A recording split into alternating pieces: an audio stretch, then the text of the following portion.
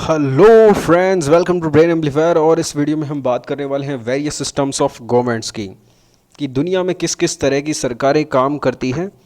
तो देखिए, किसी भी देश को चलाने के लिए आप केवल एक सेंट्रल गवर्नमेंट के भरोसे नहीं रह सकते। मान लीजिए एक आपका देश है, यहाँ पे आपकी सेंट्रल गवर्नमेंट बैठती है, तो पूरे देश का शासन आप सेंट्रल गवर्नमेंट से नहीं चला सकते। आपको चाहिए वेरियस एडमिनिस्ट्रेटिव यूनिट्स जो वहाँ की लोकल नीड्स को फुलफ़िल कर सके। तो आपको सेंट्रल गवर्नमेंट के साथ साथ चाहिए कुछ लोकल एडमिनिस्ट्रेटिव गवर्नमेंट्स या फिर एडमिनिस्ट्रेटिव यूनिट्स भी। तो ये कैसे निर्धारित होगा? जो आपका देश का संविधान है वो करेगा पावर डिवाइड। अब वो डिवाइड क्या रहता है, जैसे सेंट्रल के पास कितनी पावर रहेगी, आपकी एडमिनिस्ट्रेटिव यूनिट्स के पास कितनी पावर रहेगी, उस आधार पर ही हम डिफाइन करेंगे कि उस देश में किस तरह का फॉर्म ऑफ गवर्नमेंट है। यूनिटरी फॉर्म ऑफ गवर्नमेंट है, फेडरल स्ट्रक्चर है, अथॉरिटेरियन गवर्नमेंट है, किस तरह का गवर्नमेंट है। तो इस वीडियो में हम इन सब के बारे में जानेंगे। साथ ही साथ हम देखेंगे बहुत सारे अलग अलग देशों में किस तरह से सिस्टम चलता है। जैसे कि फॉर एग्जांपल इंग्लैंड के बारे में सिस्टम हम समझेंगे, फ्रांस का गवर्नमेंट का सिस्टम, अमेरिकन सिस्टम, और इंडिया को तो हम देखेंगे ही। इंडिया में हम समझेंगे कि लेजिस्लेटिव अथॉरिटी स्टेट और सेंट्रल के पास किस तरह से है, एडमिनिस्ट्रेटिव पावर किस तरह से डिस्ट्रीब्यूशन हुआ है। साथ ही साथ हम समझेंगे कि दुनिया में कौन कौन से देश अथॉरिटेरियन हैं, कौन से डेमोक्रेटिक गवर्नमेंट्स हैं। इन सब को हम समझेंगे इस वीडियो में। हम ये भी देखेंगे कि ब्रिटेन क्या होता है, इंग्लैंड का मतलब क्या है, और यूनाइटेड किंगडम, इनमें क्या अंतर है, ये भी हम समझेंगे। तो इससे पहले कि हम आगे बढ़े, मैं चाहूँगा कि आप ये कुछ 4 सवाल हैं, इनको अटैम्प्ट करें। पहला सवाल है कि जो डेमोक्रेसी इंडेक्स 2019 है उसके अनुसार इंडिया एक फुल डेमोक्रेसी है या फिर एक फ्लॉट डेमोक्रेसी है। दूसरा सवाल है कि यूके और ब्रिटेन क्या सेम है या फिर अलग अलग है। तीसरा सवाल है कि इंडिया में फेडरल सिस्टम फॉलो होता है या यूनिटरी सिस्टम फॉलो होता है या फिर कोई और सिस्टम फॉलो होता है। और चौथा सवाल है कि इंडिया में स्टेट और सेंट्रल के बीच में जो लेजिस्लेटिव अथॉरिटी है वो किस तरह से डिस्ट्रीब्यूट है, किन लिस्ट के आधार पर डिस्ट्रीब्यूट है, उन लिस्ट्स के नाम क्या है। तो आप ये अटैम्प्ट चारों सवालों को कीजिए। आपके जवाब सही है या गलत है ये हमें इस वीडियो को ख़त्म होने से पहले मिल जाएंगे, लेकिन पहले आप कमेंट बॉक्स में इन सवालों को अटैम्प्ट कीजिए, उसके बाद ही आगे बढ़िए। तो चलिए अब आगे बढ़ते हैं। हम इस वीडियो में हम बात करेंगे किन किन सिस्टम ऑफ गवर्नमेंट्स की, federal state, unitary state, confederation क्या होता है, एम्पायर क्या होता है, ये हम सीखेंगे। साथ ही साथ अथॉरिटेरियन गवर्नमेंट क्या होता है ये भी हम समझेंगे। तो देखिए, फेडरल स्टेट क्या होता है। फेडरल में क्या होगा, एक फेडरल गवर्नमेंट होगी। फेडरल का मतलब होता है संघ, यानी कि एक सेंट्रल गवर्नमेंट होगी, साथ के साथ कुछ स्टेट गवर्नमेंट्स भी होगी और कुछ लोकल यूनिट्स भी होगी। तो ये पूरा जो सिस्टम होगा गवर्नमेंट का, ये होगा फेडरल स्टेट। यहाँ पर स्टेट के पास भी कुछ ऑटोनॉमी होगी, कुछ पावर होगी। जो आपकी लोकल बॉडीज़ है उनके पास भी कुछ ऑटोनॉमी होगी, कुछ पावर होगी। जबकि जो यूनिटरी स्टेट है उसमें केवल सेंट्रल ही पावरफुल रहता है, और जो अदर प्रोविंसेस होते हैं, जो यूनिट्स होती है एडमिनिस्ट्रेटिव, उनके पास इतनी शक्ति नहीं रहती। कन्फेडरेशन क्या होता है। कन्फेडरेशन में क्या होगा कि बहुत सारे सॉवरेन कंट्रीज़ मिलेंगे और कुछ उनको कॉमन गोल अचीव करने के लिए एक संगठन बना लेंगे। फॉर एग्जांपल ओपेक है, तो बहुत सारी ऑयल प्रोड्यूसिंग कंट्रीज़ ने ओपेक बना लिया, oil organization of petroleum exporting countries. और वो इसको पेट्रोलियम के जो प्राइजेज़ है उनको उसके हिसाब से एडमिनिस्टर करते हैं। तो ये कन्फेडरेशन हो गया। एम्पायर क्या होता है। एम्पायर में क्या होगा कि एक बहुत ही पावरफुल सेंट्रल अथॉरिटी गवर्नमेंट रहेगी। वो हो सकता है मल्टीपल नेशंस पे, मल्टीपल एथनिसिटी के लोगों पे अपना शासन करे, उसको कहेंगे एम्पायर। बड़ा ही डिटेल में अभी हम समझेंगे इसको। तो देखिए, फेडरेशन को हम समझे तो फेडरेशन क्या होगा। फेडरेशन में होगी एक सेंट्रल गवर्नमेंट, ठीक है। तो एक तो आपकी होगी सेंट्रल गवर्नमेंट जो कि होगी फेडरल गवर्नमेंट, और उसके अंडर में होगी काफ़ी सारे स्टेट गवर्नमेंट्स होंगे। तो ये जो स्टेट गवर्नमेंट्स है इनके पास भी कुछ लेवल ऑफ ऑटोनॉमी रहेगी, कुछ लेवल ऑफ पावर इनके पास भी रहेगी। अब कितनी ऑटोनॉमी रहेगी ये डिपेंड करता है, अलग अलग देशों में अलग अलग लेवल ऑफ ऑटोनॉमी रहता है। ये कोई बाइनरी नहीं है कि या तो ऑटोनॉमी रहेगी या नहीं रहेगी, इसका लेवल भी आपके देश पर, आपके संविधान पर निर्भर करता है। तो फेडरल स्ट्रक्चर में सेंट्रल गवर्नमेंट होगी और स्टेट गवर्नमेंट्स रहेगी। इनके स्टेट के पास भी काफ़ी सारे अधिकार रहेंगे, इनके पास भी ऑटोनॉमी रहेगी, और इनके जो इंटरनल अफेयर्स रहेंगे स्टेट्स के, इनके ऊपर इनका कुछ ना कुछ कंट्रोल रहेगा।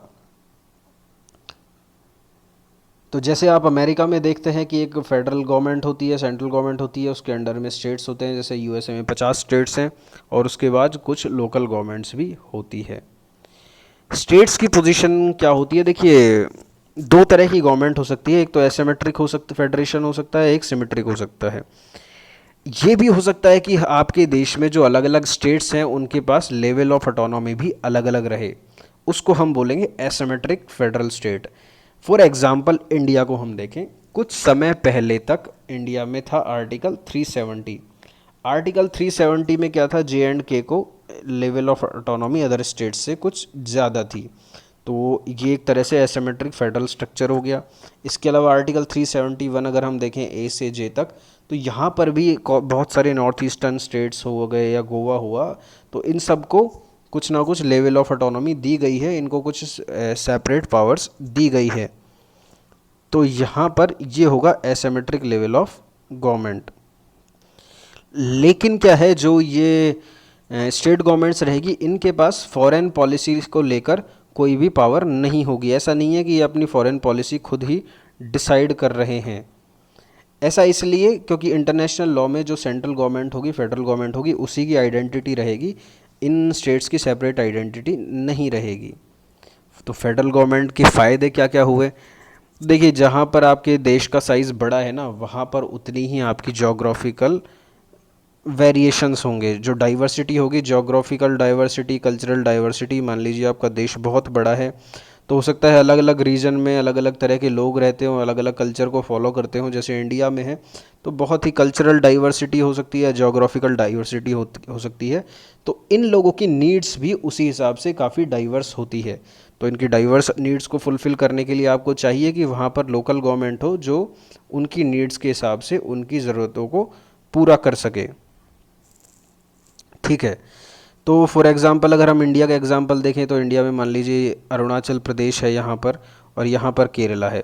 अब अरुणाचल प्रदेश बॉर्डर करता है चाइना को, हिली टेरेन है, कल्चर अलग है, कुछ एरियाज़ में बौद्धिस्ट डोमिनेट है, कहीं पर क्रिश्चियन डोमिनेंस है। जबकि आप यहाँ केरला देखोगे तो ये कोस्टल एरिया है, यहाँ पर वेदर कंडीशंस अलग है, कल्चर अलग है। तो एक सेंट्रल गवर्नमेंट अगर यहाँ बैठी हुई है तो उसके लिए बड़ा ही मुश्किल है कि कॉमन रूल से दोनों के लोगों की ज़रूरतों को आप पूरा कर सको, क्योंकि यहाँ पर बहुत ही डाइवर्स सिचुएशन है। तो इसीलिए क्या किया जाता है, दोनों जगहों पर आप एक स्टेट गवर्नमेंट बना दो। यहाँ की स्टेट गवर्नमेंट यहाँ के लोगों का ध्यान रखेगी, यहाँ की स्टेट गवर्नमेंट यहाँ के लोगों का ध्यान रखेगी। तो इसीलिए जो देश जो कंपैरेटिवली साइज़ में बड़े होते हैं वहाँ पर जनरली यूज़ होता है federal state of government. For example आप देखिए मैक्सिको, जर्मनी हुआ, कनाडा हुआ, ऑस्ट्रेलिया हुआ, ब्राज़ील, इंडिया हुए, तो यहाँ पर फेडरल स्ट्रक्चर ऑफ गवर्नमेंट ही काम आता है। यूनिटरी स्टेट क्या होता है, देखिए यूनिटरी स्टेट में जो सेंट्रल गवर्नमेंट होगी उसी के पास सुप्रीम पावर होगी, और वो अपनी जो एडमिनिस्ट्रेटिव यूनिट्स है उनको कितनी पावर दे, उनसे पावर ले, ये सब डिपेंड करेगा जो आपका सेंट्रल गवर्नमेंट है उस पर। तो ये सेंट्रल गवर्नमेंट आपके जो फेडरल जो आपके एडमिनिस्ट्रेटिव यूनिट्स हैं उनसे पावर ले भी सकती है। तो फिलहाल जो 193 यूएन मेंबर स्टेट हैं उनमें से 166 फॉलो करते हैं यूनिटरी फॉर्म ऑफ गवर्नमेंट को, और केवल 20-25 ही देश हैं जो फेडरल स्ट्रक्चर को फॉलो करते हैं। तो अगर हम बहुत कुछ अलग अलग देशों का एग्जांपल देखें, वहाँ की गवर्नेंस को समझने की कोशिश करें, तो देखिए यूनाइटेड किंगडम में किस तरह से गवर्नेंस होती है। तो पहले हम ये देख लेते हैं कि यूनाइटेड किंगडम का मतलब क्या है, ब्रिटेन का मतलब क्या है, इंग्लैंड का मतलब क्या है। तो देखिए ये मैप है एक आपके सामने।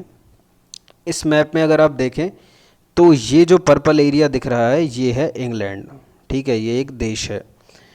इंग्लैंड, स्कॉटलैंड और वेल्स, इन तीनों को अगर हम मिला दें तो ये हमारा बनेगा ग्रेट ब्रिटेन। ठीक है, तो यूके क्या है फिर, देखिए यूके का फुल फॉर्म है United kingdom of great Britain and northern Ireland. यानी कि ग्रेट ब्रिटेन में अगर हम इस नॉर्दर्न आयरलैंड को भी मिला दें तो ये मेरा बन जाएगा यूनाइटेड किंगडम, और इस पूरे द्वीप समूह को हम कहेंगे ब्रिटिश आइल्स। तो इसको हम एक और मैप समझ सकते हैं। तो देखिए ये एक और मैप है, यहाँ पर आप देखेंगे जो पर्पल बाउंड्री में है स्कॉटलैंड है या फिर इंग्लैंड है या वेल्स है, ये पूरा एरिया ये हो गया ग्रेट ब्रिटेन। इसमें अगर हमने जोड़ दिया नॉर्दर्न आयरलैंड तो ये मेरा बन गया United kingdom of great Britain and northern Ireland. ये जो आइलैंड है नॉर्दर्न आयरलैंड और रिपब्लिक आयरलैंड, इसको मिला के हम कहते हैं आयरलैंड, और इस पूरे द्वीप समूह को हम कहते हैं ब्रिटिश आइल्स।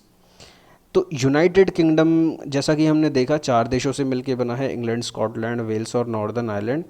तो यहाँ पर वैसे तो आपको पता है कि यूके में बेसिकली कॉन्स्टिट्यूशनल मोनार्की है, टेक्निकली तो वहाँ पे क्वीन है, लेकिन वहाँ पर एक पार्लियामेंट है जो लंदन में बैठती है, वही देश का शासन चलाती है।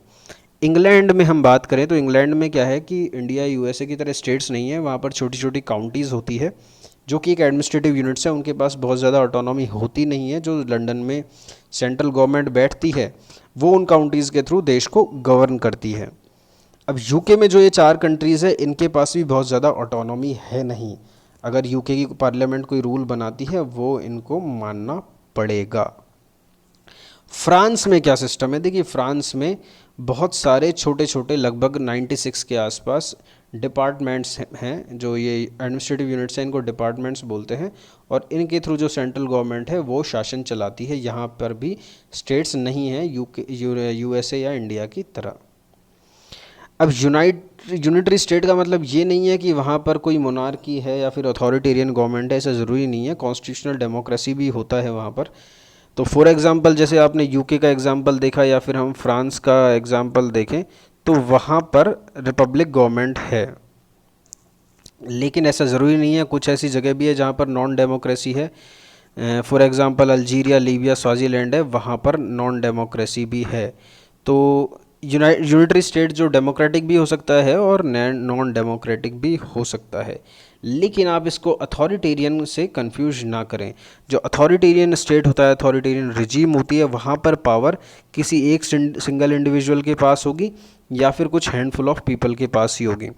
साथ के साथ जो यूनिटरी स्टेट है वहाँ पर जनता गवर्नमेंट को चुनती है, लेकिन अथॉरिटेरियन स्टेट में ऐसा नहीं है, वहाँ पर लोगों के द्वारा उनका लीडर नहीं चुना जाता। फॉर एग्ज़ाम्पल आप नॉर्थ कोरिया को देख लीजिए, वहाँ पर मोनार्क है एक तरह से, किम जोंग उन। दूसरा क्या है, जो अथॉरिटेरियन स्टेट है वहाँ पर प्रेस फ्रीडम नहीं होती, फ्रीडम ऑफ स्पीच नहीं होती, रिलीजियस फ्रीडम नहीं होती, तो आपकी फ्रीडम्स बहुत ही लिमिटेड होती है। तो ये बात है, अगर हम देखें कि दुनिया में कौन कौन से डेमोक्रेटिक कंट्रीज़ है और कौन से अथॉरिटेरियन कंट्रीज़ है, तो देखिए एक डेमोक्रेसी इंडेक्स आता है। तो डेमोक्रेसी इंडेक्स 2019 जो है, जो पब्लिश करता है इकोनॉमिस्ट इंटेलिजेंस यूनिट, तो इसके आधार पर अगर हम देखें तो इंडिया की पोजीशन क्या है, इंडिया की करंट रैंक है 51 2019 में। तो इंडिया की रैंक ड्रॉप हुई है इस बार 10 पॉइंट्स। तो ये कहा गया है कि इंडिया में सिविल राइट्स कम हुए हैं, इंडिया में प्रेस फ्रीडम कम हुई है, इसलिए इंडिया की रैंक डेमोक्रेटिक इंडेक्स में गिर गई है और करंटली 51 है, और इंडिया एक फ्लॉड डेमोक्रेसी है। फुल डेमोक्रेसीज़ की अगर हम बात करें तो जैसे कनाडा हुआ, ऑस्ट्रेलिया हुआ, ये हमें यहाँ फुल डेमोक्रेसी दिखती है।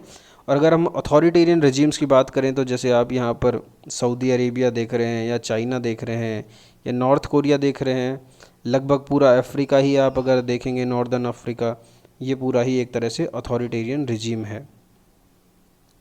कन्फेडरेशन क्या होता है, देखिए कन्फेडरेशन में क्या होगा कि जो बहुत सारे सॉवरन कंट्रीज़ आपस में मिलेंगे और उनका कुछ कॉमन गोल होगा, उसके लिए वो एक संघ बनाएंगे, तो उसको हम कहेंगे कन्फेडरेशन। तो फॉर एग्जांपल जैसे यूरोपियन यूनियन है, तो यूरोपियन यूनियन में 27 देश मिलते हैं और वो कॉमन गोल के लिए एक यूनियन बनाया है उन्होंने। अब उस सारे कंट्रीज़ स्ट्रांग हैं, लेकिन ज़रूरी नहीं है कि उनका जो यूनियन है वो उतना स्ट्रांग हो। तो यहाँ पर कुछ लिस्ट है करंट कन्फेडरेशंस की, तो जैसे कॉमनवेल्थ हो गया, या फिर ओपेक हो गया, organization of petroleum exporting countries, European union हो गया, और कुछ और भी हैं। एम्पायर की अगर हम बात करें तो जैसे कन्फेडरेशन के अपोजिट एम्पायर में जो सेंट्रल गवर्नमेंट होगी वो बहुत स्ट्रांग होगी, और जितने भी और नेशनल जो ये मल्टीनेशनल और मल्टी एथनिक गवर्नमेंट्स को ये कंट्रोल करेगी वो उतने स्ट्रांग नहीं होंगे। सेंट्रल गवर्नमेंट अपनी शक्ति से इन सबको कंट्रोल में रखेगी। तो फॉर एग्जांपल जैसे रोमन एम्पायर था, या फिर ऑटोमन एम्पायर था टर्की का, या फिर हम इंडिया के रिस्पेक्ट में देखें तो मौर्यन एम्पायर था, तो ये सब एम्पायर थे।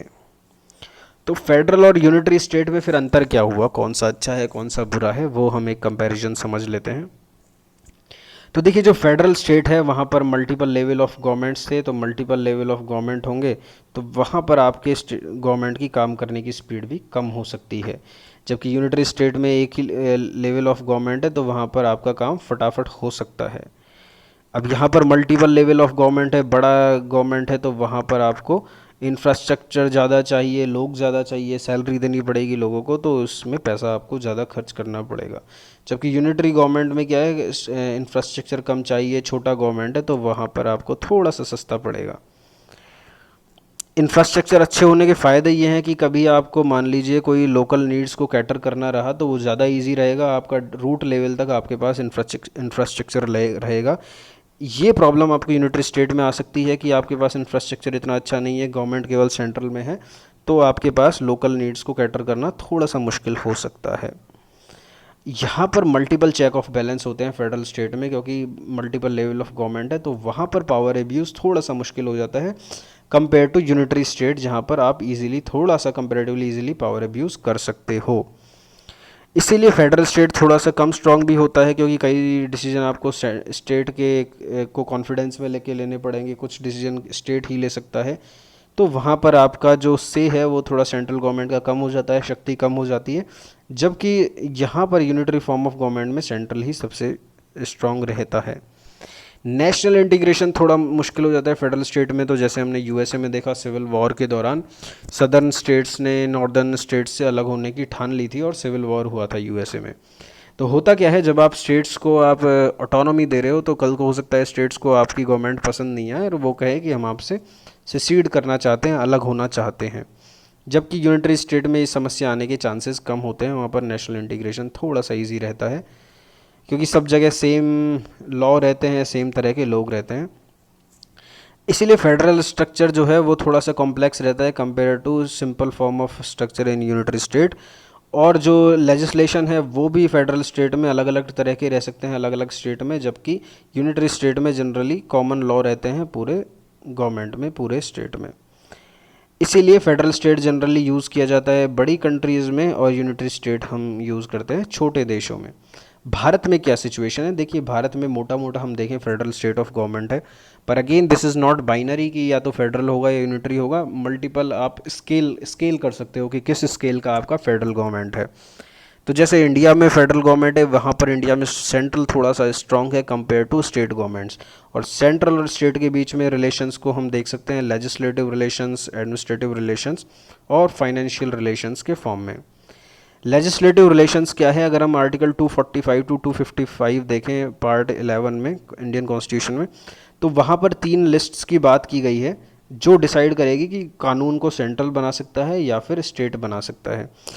तो जैसे एक होगा यूनियन लिस्ट, यूनियन लिस्ट में लगभग आपके 100 आइटम हैं, तो इन 100 आइटम्स पे केवल जो यूनियन गवर्नमेंट है, सेंट्रल गवर्नमेंट है, वो ही कानून बना सकती है। तो फॉर एग्जांपल फॉरेन अफेयर्स हुआ, डिफेंस हुआ, आर्म्ड फोर्सेस हुई, communication, post, Telegram, foreign trade हुआ, इन पर आपकी सेंट्रल गवर्नमेंट ही कानून बना सकती है।